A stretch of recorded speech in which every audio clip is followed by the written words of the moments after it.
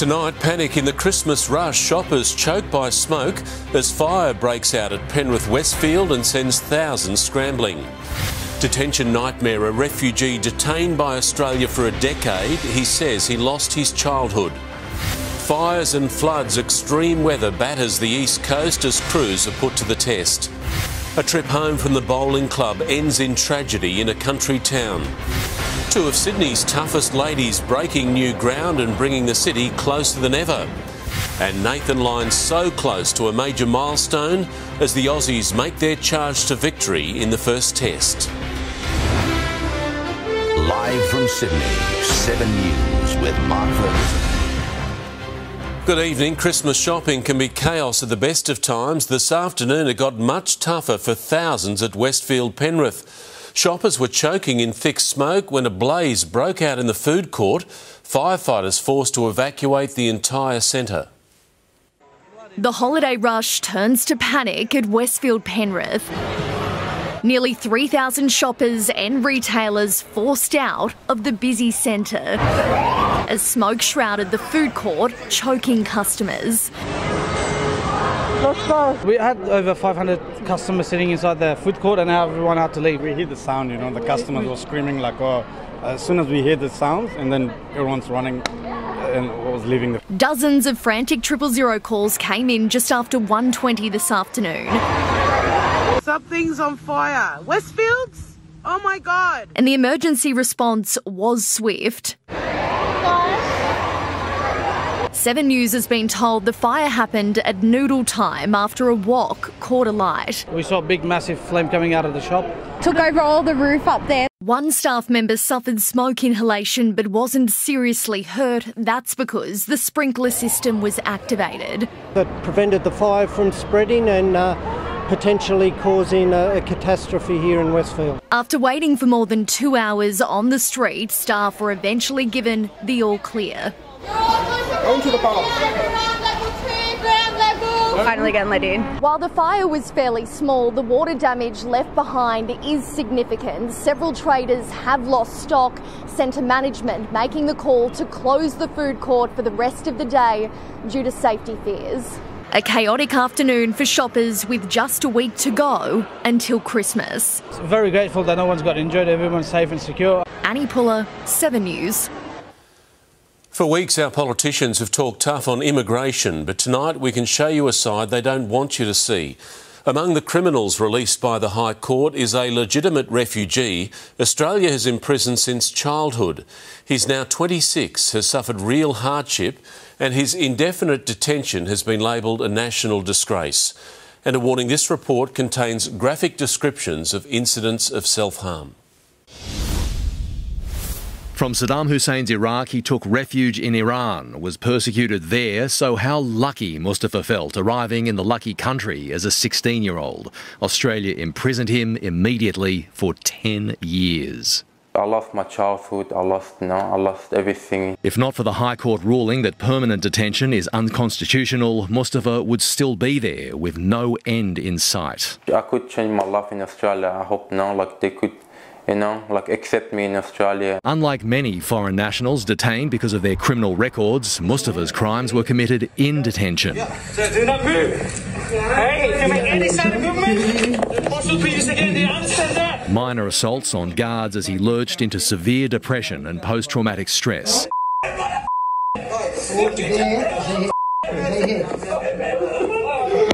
The man weeping as he watches is Mustafa's older brother. I tried to kill myself. I wanted to end my life many times. There are dozens of cuts on his forearm. He's been strapped to a bed and a nurse have had to hold a phone near his ear so he can hear me and give me instructions because he's eaten glass. This is the level of distress that this poor young man has been through. 10 years. Torture and inhumane and indecent treatment. Since he was a teenager, the Australian system has attempted to destroy the life of a child. Mustafa has a mild intellectual disability, no formal education, no tax file number, no government counsellors, no job, no real friends, no privacy, and no country to call home. He is stateless. The government has had plenty to say over the High Court decision, but on child detention, we do not comment on individual cases. The opposition had a crack. What we needed to do was clean up Labor's mess when it came to illegal maritime arrivals. But Mustafa was continually denied freedom under Labor and coalition governments. Even worse, his claim as a genuine refugee was deemed legitimate. His mother was allowed out of detention years ago, but Mustafa was denied his freedom over the same character concerns that detained rapists and murderers. Look, I'm no risk, you know. I just want to have a better life. Robert Ovadia. New South Wales is tracking towards one of the highest road tolls in years, with 9 people dying in crashes in just the past 4 days. In the latest tragedy, a man was thrown from a courtesy bus when it collided with a car in the state's central west. Chaos in a quiet country town. An 84-year-old man dead and 5 others injured after their minibus collided with a Kia in Cowra and flipped. We've lived here for over 30 years and this is the first time anything like this has happened. Daylight revealing the full extent of the damage as police investigate how a trip home from the bowling club could have gone so wrong. 1 of 9 lives lost on New South Wales roads in the past 4 days alone. The state's road toll now sitting at 347, up from 270 the same time last year. Got to do everything and pull all stops out to reduce that road toll. Prevention isn't just up to police, but the community too. People speaking up on the idea that they can intervene on behalf of their friends or family. A message Duncan Wakes-Miller wishes his son was taught. The 17-year-old was in the passenger seat when a drunk driver crashed through a fence, travelling 30 kilometres over the speed limit. I don't want anyone to have to go to the mortuary and identify the dead body of their loved one. The warning comes as thousands plan to escape Sydney. With the roads abuzz with Christmas travel, drivers are being reminded to abide by the road rules or face hefty penalties. Double demerits will be enforced from the 22nd of December right through to the 1st of January. Alcohol and drug-related behaviour are focus this festive season. Zoe Martin, 7 News. High temperatures and strong winds have been testing firefighters as multiple blazes burn across the state. This afternoon, crews used waterbombing aircraft when fire broke out at Cumberland Reach in the Hawkesbury. 32 hectares of bushland were scorched. At Duck Creek, northwest of Lismore, a bushfire broke containment lines and began racing towards a highway. Dozens of firefighters remain on the ground, still battling for the upper hand. They've long provided a solid base of support for Labor, but now blue-collar workers appear to be turning their backs on the federal government. Latest polling indicates many have changed sides, their support drifting to the coalition. Hard, physical work. Brickies, plumbers, chippies, mechanics. For generations, the working class made up Labor's base. But not anymore. Now, at the moment, they're shifting to the LNP. The latest poll suggesting blue-collar workers are abandoning the government. Anthony Albanese has left tradies behind and now they're clearly going to leave him behind. Since August, Labor's two-party preferred support among voters with TAFE and vocational training educations has fallen from 57 to 48%. Voters switching sides. Support for the coalition jumping from 43 to 52% among the same group. Overwhelmingly, the most significant drop out of all the demographic cohorts that we closely watch. Peter Dutton's strategy targeting voters in the outer suburban areas and regions paying off as the cost of living continues to bite. Their basic bills, their rents and their mortgages are going through the roof, and they've realised that Anthony Albanese's government doesn't have their back. But pollsters say the coalition shouldn't get comfortable, warning this group of voters isn't loyal. We could easily find ourselves having a conversation 18 months' time where they've flipped over to the other side again. The government doesn't comment on polls, but it'll be closely watching the numbers. And while there won't be any panicking over today's figures, if they're repeated in 6 months as Labor is gearing up for the next election, alarm bells will be ringing. Rob Scott, 7 News. The 3 Israeli hostages shot dead by forces sent to rescue them were waving a white flag. Israel says it was a tragic and grave mistake as it doubles down on attacks in Gaza. Israel's Bedouin Arab community gathers for the funeral of Samer Talalka, held hostage by Hamas for weeks, shot dead by Israeli forces sent in to save him. Israel now says one of the 3 shirtless, unarmed men was waving a white cloth, shouting in Hebrew before Israeli troops opened fire against the rules of engagement. Nearby, a building had been marked SOS, help, 3 hostages. It's a very, very complex battle space. The IDF is doing everything we can. There's been multiple successes, and there will also be mistakes. The IDF saying the soldiers who shot dead their countrymen won't be punished. Families waiting for their loved ones to return home lost patience long ago, demanding fresh negotiations with Hamas. And put the best offer on the table to get the hostages back alive. Alive. We don't want them back in bags. Israel also releasing video claiming to have found more Hamas weapons in a Gaza hospital, as the few remaining hospitals still running continue to receive men, women and children injured in the unrelenting violence. In London, Hugh Whitfield, 7 News. Dozens of people were forced to evacuate the Amora Hotel in Sydney CBD last night when several floors were flooded. Police say someone deliberately opened a fire hydrant shortly before 11, sending water spilling down the stairs. Firefighters had to rescue a hotel worker who was trapped in a lift. The vandal has not yet been caught. There's been another milestone in the Metro West project. 2 gigantic machines have been racing under the city in a bid to be the first to carve a tunnel between the sites of the Bays and 5 Dock. After months of digging, the twin tunnels were completed within minutes of each other. The winner is Daphne, but only just. Beatrice, minutes behind. It got tunnellers excited deep in the cavern for the new 5 Dock metro station. This is a world first where 2 tunnel boring machines have broken through. From the Bays, one borer started digging 3 weeks after the other, but caught up in what became a subterranean race. I think there's a lot of competition between the individual teams on those machines, and they'll be trying to see who gets there first. Having reached 5 Dock from the Bays, Daphne and Beatrice head next to Burwood North, then Olympic Park, hooking up with Betty and Dorothy, tunnelling between Olympic Park and Westmead. From next year, 2 more borers go from the Bays to Hunter Street in the city. Gets easier as they go west. They're through the hard part. Once the metro is operating from here in 5 Dock, it's an 8-minute ride to the CBD. 14 minutes to Parramatta. The Premier says speed's not everything. The bigger priority, new housing near stops, including a proposal for an extra Metro West station at Rose Hill, convert the racecourse to residential, but calls for a Metro East to the heavily populated Zetland rejected. The Premier says too expensive. And I've got to be honest with the taxpayers of this state. This is affordable and it can be built, but it's not free. Nearly $26 billion. Expected completion date now 2032.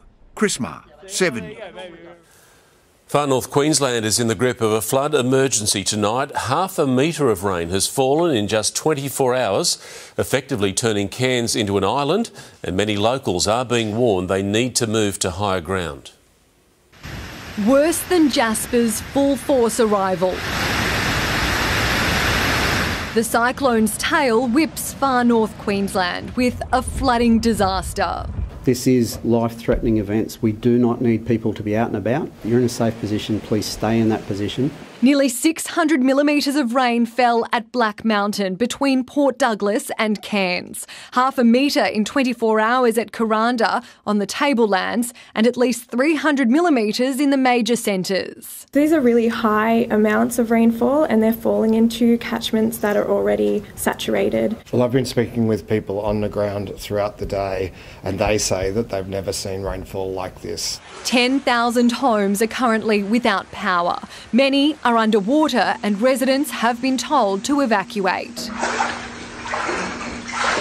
But getting in and out is an issue. Highways have crumbled.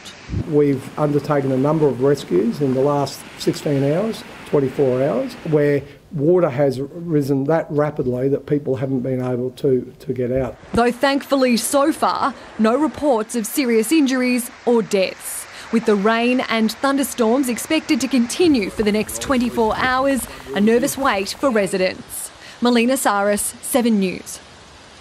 Jimmy Barnes is out of bed and on his feet just days after having open heart surgery. His wife posted a photo of the singer in the hospital, saying he's on the mend and has been walking up and down the hallway.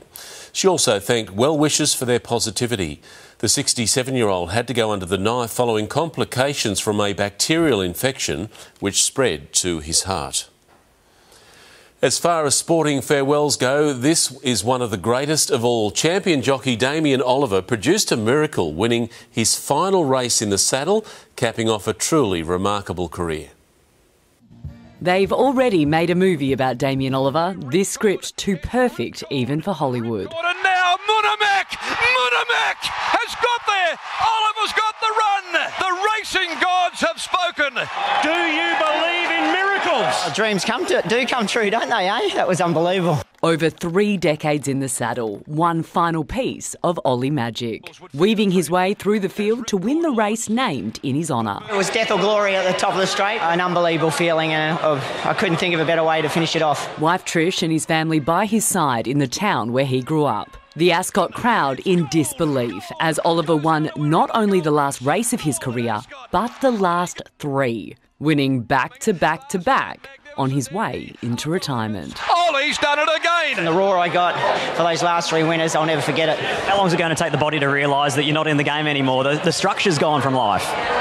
Probably tomorrow when I'm nursing a hangover. The greatest jockey of all time, with perhaps the greatest farewell. Abby Gelmy, 7 News. Time to check the weather now with Paul Kadak. Paul, some relief from the heat today. That's right, Mark. Those clouds we saw today and those easterly winds did help keep things a couple of degrees cooler. This was the view over Parramatta today. Solid grey for much of the day, some blue sky breaking through this afternoon. Still warm though, 3 or 4 degrees above average, reaching a high of 30 degrees at Richmond, 29 at Penrith and also at the city. There's another hot one for the northwest slopes and plains of the state, 40 degrees at Moree, 37 was the high at Tamworth. Hot northerly winds over the next couple of days. We'll see temperatures rising, some Sydney suburbs back into the 40s, but then a cool change as we head into a rainy rest of the week. The full forecast, Mark, is coming up. See you then, Paul. Thank you. A weekend crackdown to keep public transport safe. After the break, dozens arrested. What police uncovered. A delivery rider lucky to escape unharmed. What witnesses said just before the crash. A backyard erupts in Sydney southwest. What was fueling the flames? The softer side of the king behind the scenes of his coronation. And later, the high-flying volunteers helping to save little lives.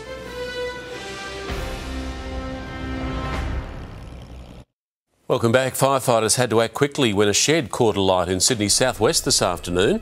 The flames took hold shortly before 4, fuelled by cans of petrol, tearing through the roof within minutes. Crews contained the blaze within an hour and no one was injured.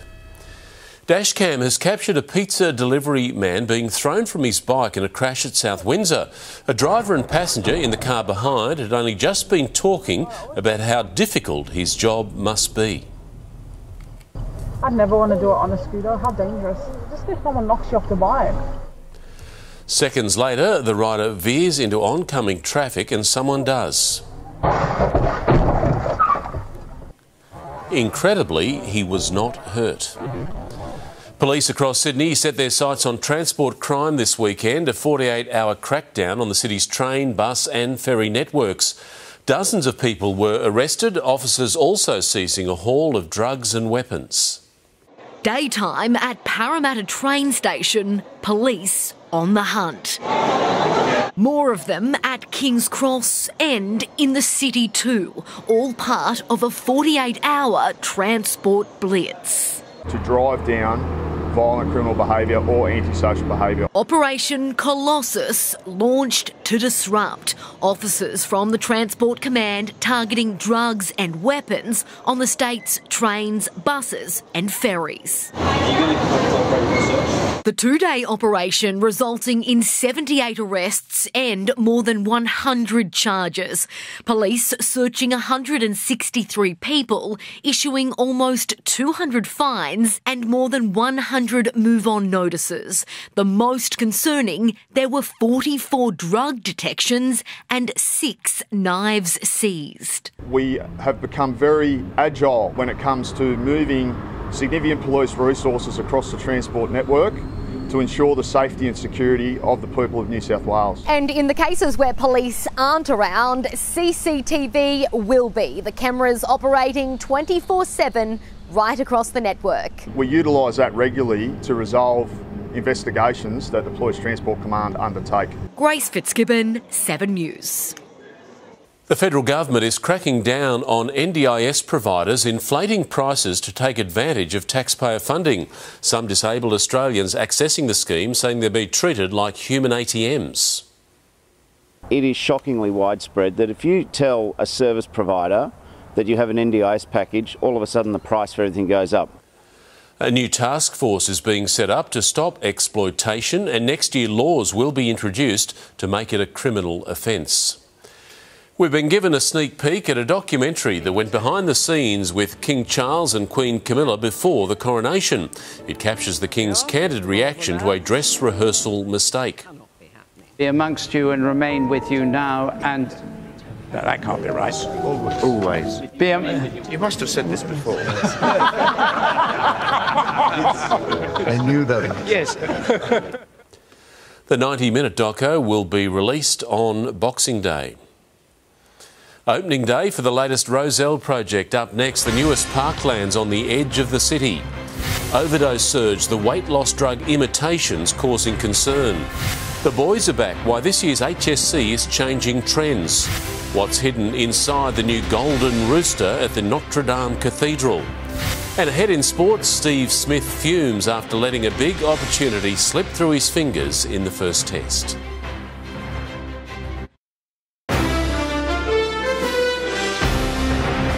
Welcome back. It might still be tough going at the Rozelle interchange, but it was much more relaxed at the official opening of the nearby Rozelle Parkland today. Much needed in a densely populated part of Sydney, close to our CBD, with new active transport links. The 10-hectare site features sporting fields, playgrounds, shared pathways and wetlands. New protections have been granted for the state's council waste workers, meaning new contractors will have to match pay and entitlements with any new contracts. Previously, workers could be offered identical roles on a lower salary. The state government says the move will stop undercutting and ensure smoother services for the community. Researchers have recently revealed links to better heart and kidney health, but weight loss drugs like Ozempic are now at the centre of overdose concerns. More people are using imitation drugs due to shortages, which has Australia's medical watchdog worried. They're the popular drugs known for rapid weight loss, but as demand for medications like Ozempic and Wegovy skyrocket, a surge in overdoses is making headlines in the US. As a drug becomes more and more used in the community, inevitably people will accidentally take it incorrectly. Semaglutide is the active ingredient in the drugs. America's poison control centres saw almost 3,000 semaglutide-related calls this year, a spike of 1,500% on 2019. High demand has led to worldwide shortages of major brands, with more people turning to imitation or compounded drugs, which don't come in preset doses. They're dispensed in vials with needles and syringes, and it's up to the patients to draw out the correct amount of medication. Australia's Therapeutic Goods Administration found an emerging trend for telehealth providers to offer compounded semaglutide-like products, warning the products are unapproved and have not been evaluated for safety, quality or efficacy. Sydney socialite Roxy Jasenko recently spoke about her own overdose, trying to shed weight gained during cancer treatment. I have never, ever genuinely felt so unwell. I thought, this is it, I'm going to die. Warning, it's a heavy price to pay. In the United States, Jacqueline Robson, 7 News. An apartment block under construction has been engulfed by flames in Colorado. Luckily, no one was living in the building, which was nearing completion. But fire crews were forced to fight the flames from a distance as they roared above the street. It came just days after another blaze at the same location, with the damage described as extensive. The cause is still unclear. A large crane has hoisted a new rooster to the top of the Notre Dame Cathedral spire, which famously came crashing down when fire tore through the building in 2019. The new rooster is made of gold and copper, with parchment featuring the names of workers and donors hidden inside. The cathedral is set to reopen next year. This year's HSC results show boys' schools are improving academically, posting more Band 6 or top-tier results than at any time over the past 5 years. Girls' schools are still in front, but not by much. Grace Fitzgibbon has more. For the past decade, all girls' schools have consistently outperformed their male counterparts. But data shows that gap is closing fast. Boys' schools, particularly public schools, are making strides. Their median success rate in the HSC, which is calculated by comparing the top scores to the total number of exams sat across the state, has gone from just shy of 10% 5 years ago to 13.5%. At that rate, they've narrowly overtaken the girls, and their improvements are reflected in the HSC rankings. North Sydney boys topped the state for the first time in 2023, but also making the top 10 were St Aloysius College, Normanhurst Boys High School and Sydney Grammar School. Of the top 300 schools, 40 were boys only. The results coming at a time where several of these schools are looking to merge or go co-ed, sparking heated debate. Grace, thank you. One of Sydney's favourite Christmas traditions has returned for another year. More than 30,000 packed into the Domain last night, joining Sunrise host Nat and Shervo for carols in the Domain.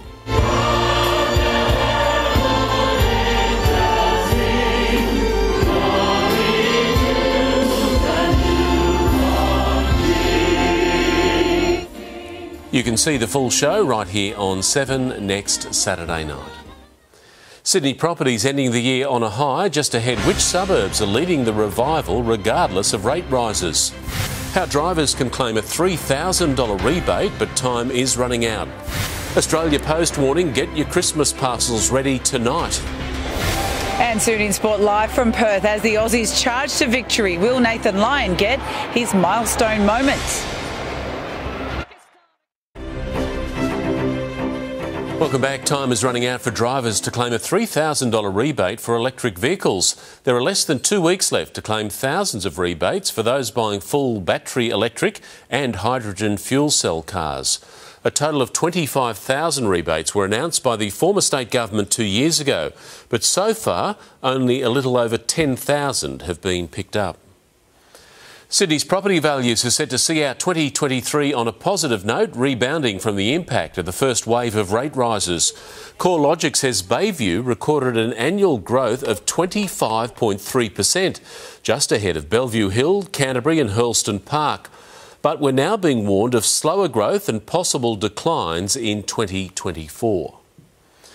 There's fresh hope for young offenders going in and out of juvenile detention. A new program is now teaching crucial trade skills, hoping to help break risky cycles of unemployment. From behind bars, a taste test of the real world. More salt. More salt. With real professionals, juvenile prisoners in Reby Youth Justice Centre for males and females learning what life could be like. To get my own house, car, just to have my own money, you know, instead of like relying on everyone else. The program is called Try a Trade, and that's what it is. Only this one is the first of its kind for females too. Bricklaying, car repair, hair and beauty, carpentry and hospitality. They're teachers, potential employers. As it stands, we've got about 50 vacancies across the state, including ACT. I didn't even know what I wanted before I come here. Many of these young people have been in and out of detention for most of their adolescence. So I did my year 11 and 12 in custody. Today he studies civil engineering at UNSW. I'll have a direction to my life now. So a lot of these young people have generational unemployment, so a lot of this is about breaking cycles. Of the 200 young people who have completed the Try a Trade program and gone on to managed employment or an apprenticeship, so far none have reoffended. We would like to see it happen monthly, so that way we can get a whole heap of our cohort through, because we do have one of the highest admissions rates. Because the harsh reality is 4 out of every 5 juveniles return to Reby if they don't have a job. Tom Saker, 7 News. For those hoping to send Christmas cards and presents in time to make it for the big day, there's now just one day to go. Tomorrow is the last chance to send gifts within New South Wales to arrive before Christmas Day. For those who miss that deadline, Express Post will be available until Thursday at a higher cost than the regular service. A charity airline propelled by a team of legendary volunteers. Still to come, the everyday heroes dedicating their time to keep precious patients safe and healthy. Now the plans to reach more communities. Don't miss that story soon on 7 News. But now Mel is here with sport live from Perth. Hi there, Mel. The wait continues for Nathan Lyon. Hello to you, Fergo. Yeah, the options for Lions' 500th Test wicket are dwindling rapidly. You should be right. Coming up, the Aussies left battered and bruised on a cracking pitch, but still charging to victory over Pakistan. And the terrifying moment that rocked the Premier League, causing a match to be called off. Welcome back to Optus Stadium, where Nathan Lyon is so close to joining Australian legends Shane Warne and Glenn McGrath in Test cricket's 500 wicket club.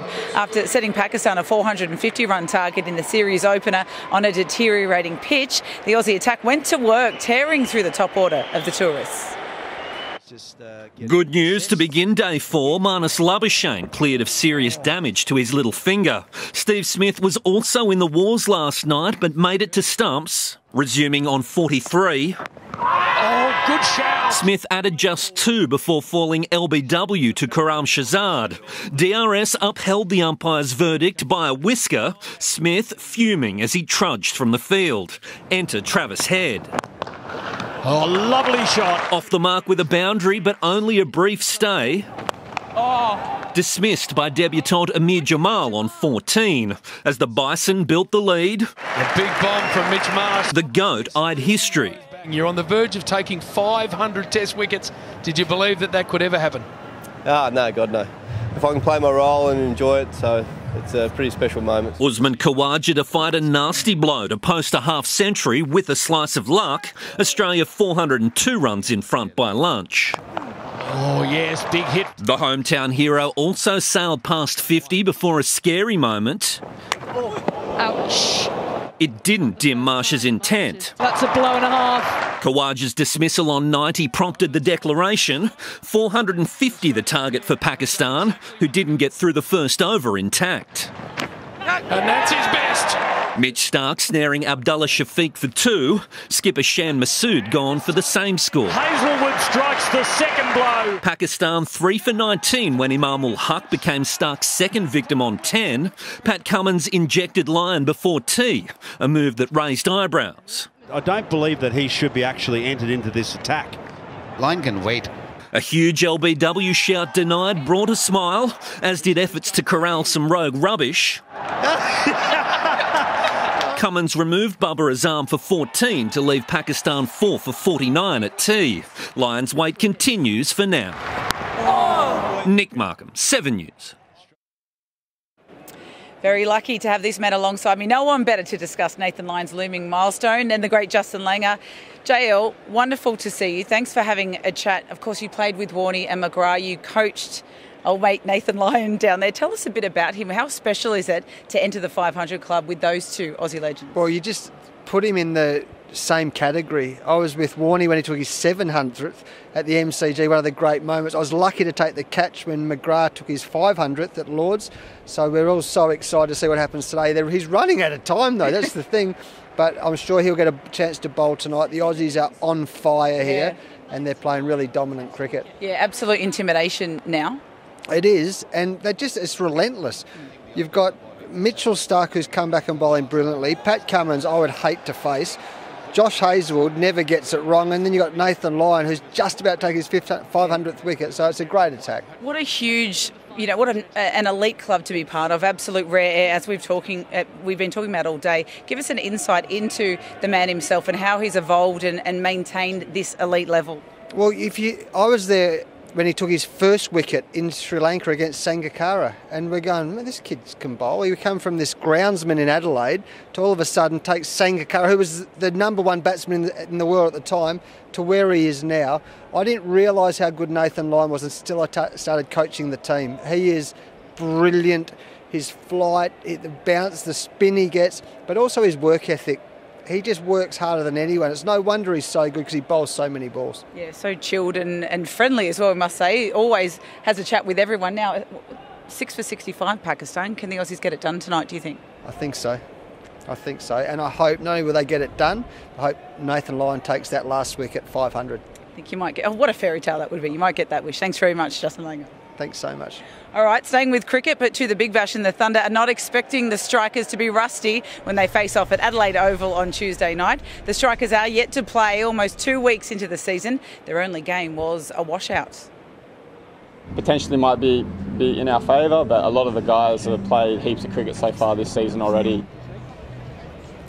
Daniel Sams was popular at the Thunder's Fan Day today. He's re-signed through to 2025. Sydney FC are in danger of losing touch with the A-League's top 6 after a 3-0 hiding from Melbourne victory in the Big Blue at Amy Park. Bruno Fornaroli scored the sealer, taking his season tally to 12 goals from just 8 matches.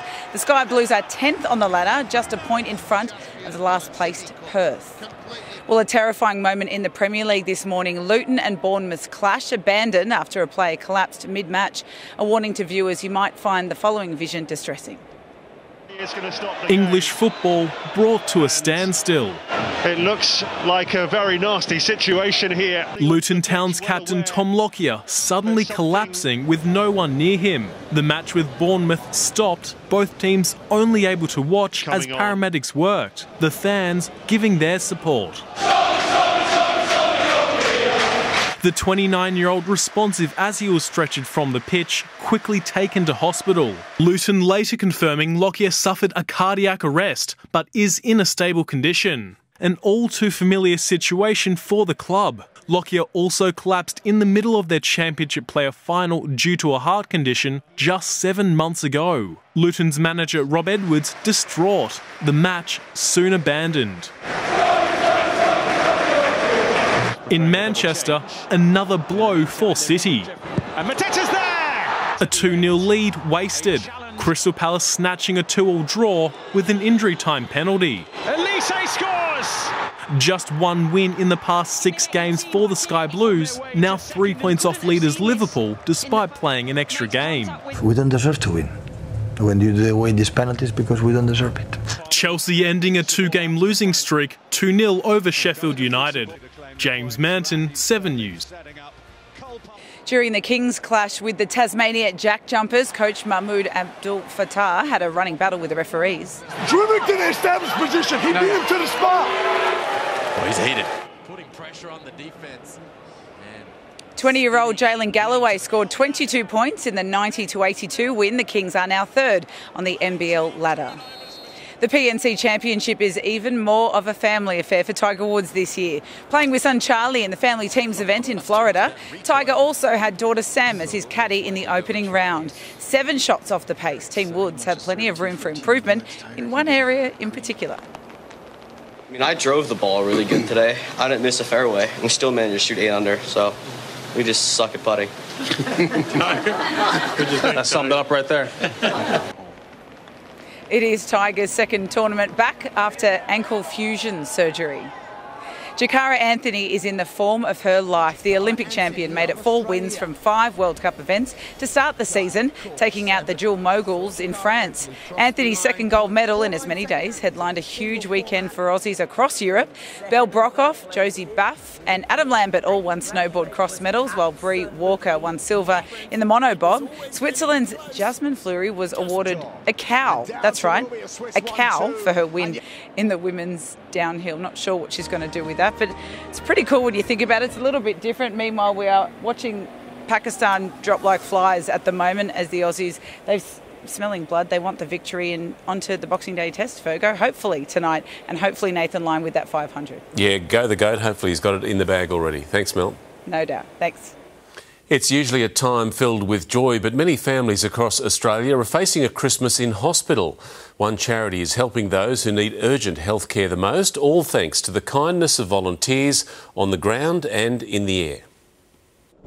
Taking flight, Miles is embarking on a journey that has been done many times before. The 22-month-old was born with a lymphatic malformation, swelling from cysts. His family lives in Glen Innes in northern New South Wales. There is next to no doctors or anything there. Charity airline Little Wings has helped with transport from the hangar to the hospital. It means everything. It makes everything so much easier. The organisation is 90% volunteer-led, with pilots and drivers working every day of the year. Wayne Cotterill has completed 500 flights. He says every single one is special. To help people and use my skills as a pilot to get them to and from home to the city where they need to be for their medical treatment. In the space of 10 years, Little Wings has increased the number of weekly flights from 12 to 70. It plans to expand across the country so many more communities can access this much-needed service. These incredible people donate their time because they want to give back.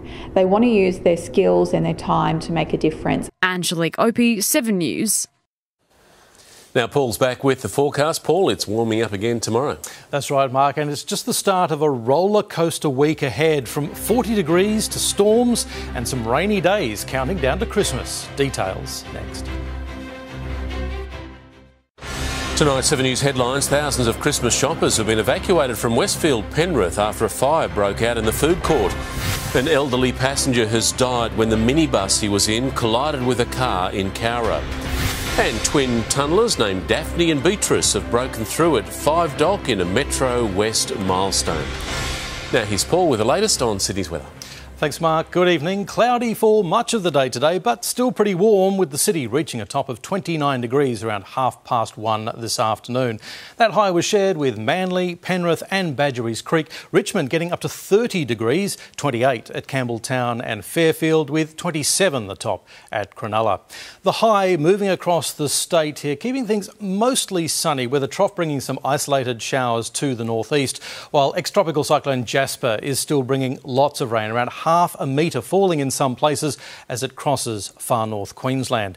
Now tomorrow that high will be strengthening in the Tasman. That'll see temperatures warming up, staying above average statewide. But then we have a trough and a low approaching behind, set to bring showers and storms into Tuesday. Across Australia tomorrow, a possible shower for Brisbane and 32, some cloud for Canberra and 29, Melbourne also cloudy with 30 the top, showers increasing for Hobart and 21 degrees, a shower or two and 28 in Adelaide, a sunny 31 degrees for Perth and mostly sunny in Darwin. Statewide tomorrow, the northeast corner could see some isolated afternoon showers and storms, but mostly sunny elsewhere. A scorching 42 degrees for Bourke, 40 for Coonamble, Broken Hill 39, Dubbo 38. Partly cloudy along the coast, Newcastle heading for a top of 27, Wollongong heading for a high of 26 degrees. Across Sydney tomorrow, warmer for many suburbs. Penrith is heading for a top of 34 degrees, Richmond 35, with 32 the expected high for Bankstown and Campbelltown. Cooler on the coast, 26 the high for Bondi. On coastal waters, easterly winds up to 15 knots, turning northeasterly in the late morning and afternoon, strengthening to 20 knots by late evening. So for the city tomorrow, another partly cloudy day after 21 degrees overnight, a high like today's of 29.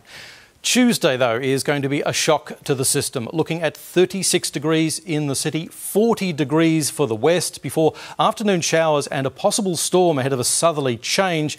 And what a change. It'll see temperatures plummet to just 21 on Wednesday for Penrith, down to 23 in the city, and we could see up to 20 millimetres of rain. Then Thursday, just a shower or two, heavier near the coast and 24, with it warming up again towards the end of the week. And we're looking for a shower or two on Christmas Eve. So keep the sunscreen and the umbrella handy this week, Mark. All happening this week, Paul. Indeed. Thank you.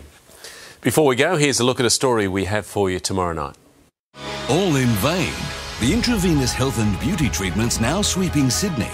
In and out in just 60 minutes. Promote good general health and cognitive functioning. As the menu of treatments grows, just how effective are they? Adverse effects from getting IV drips unnecessarily. The benefits and the concerns on 7 News, Monday. That is 7 News for this Sunday. We'll have updates for you throughout the evening. I'm Mark Ferguson from all the team. I hope you have a great night. Stream 7 News anytime, live and on demand on 7plus. And with 7news.com.au, you'll know the news now.